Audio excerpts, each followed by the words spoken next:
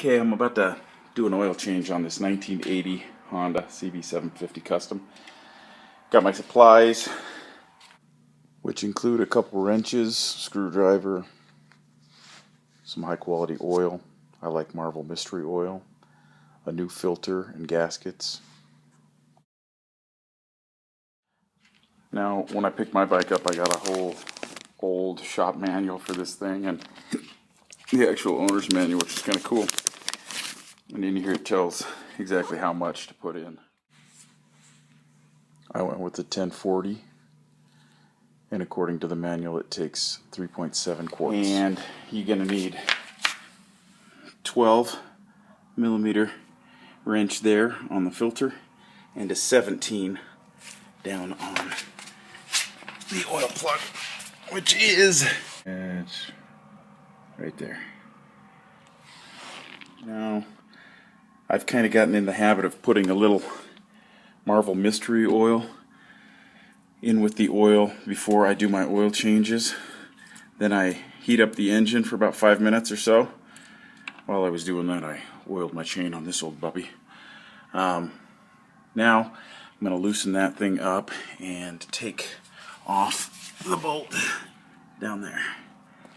Now, I really don't know when the last time this was done on this bike, but I haven't had it for very long, so I'm gonna do it. And this is gonna be nice and hot. So the goal is to get that thing out without making too much of a mess. But it always makes a mess.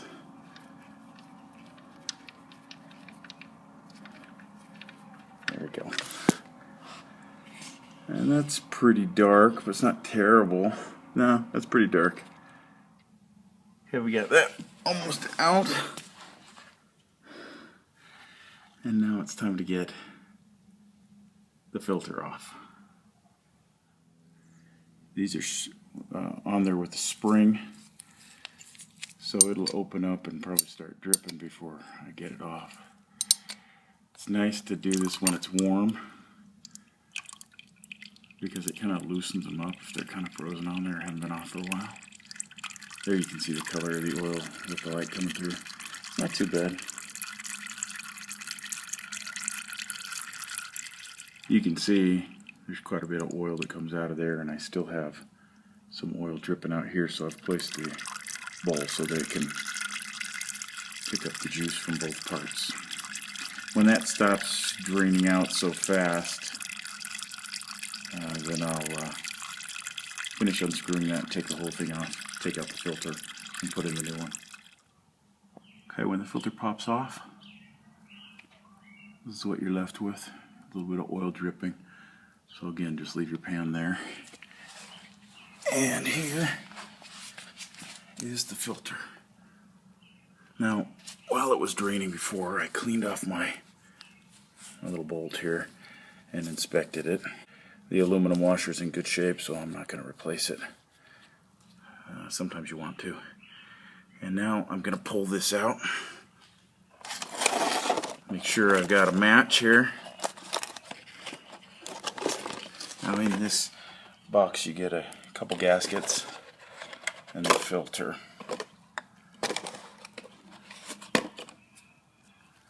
So that's what I'm looking to match. This size looks pretty dang close. So now we'll pop this out and see how it looks. Pay attention to how it comes out. It comes out like this, and on top there is a little washer. It goes on the gasket there. Inside here is the spring. It looks like it goes the spring first, then the filter, then the little metal washer, and then here's the gasket to replace here.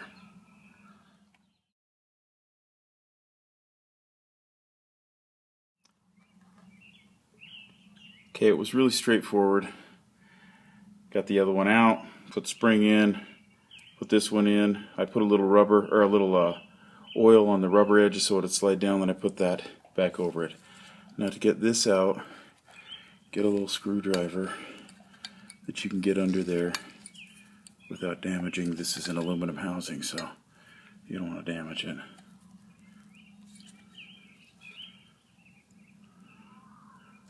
There she is.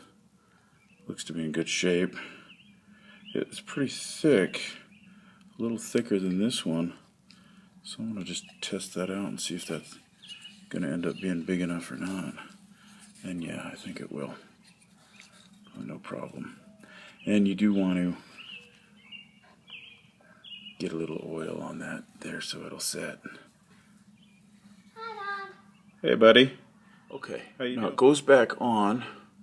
If you can see that with that little knob. These fins on the top are a little taller, and as you crank it down, it'll fit right into those two little notches there, so it won't wiggle around. That way you know you've got it lined up correctly.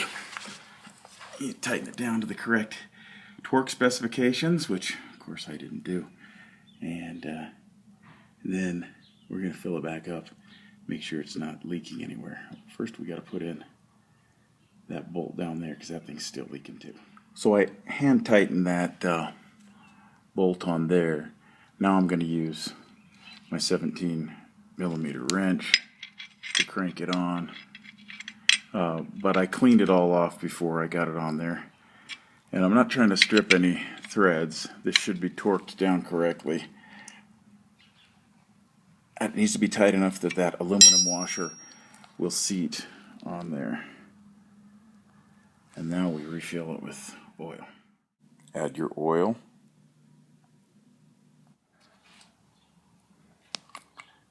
Now it's time to try it out.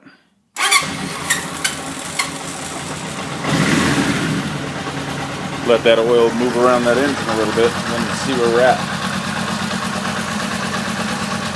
Looking for any leaks. See if oil's coming out in the wrong spots.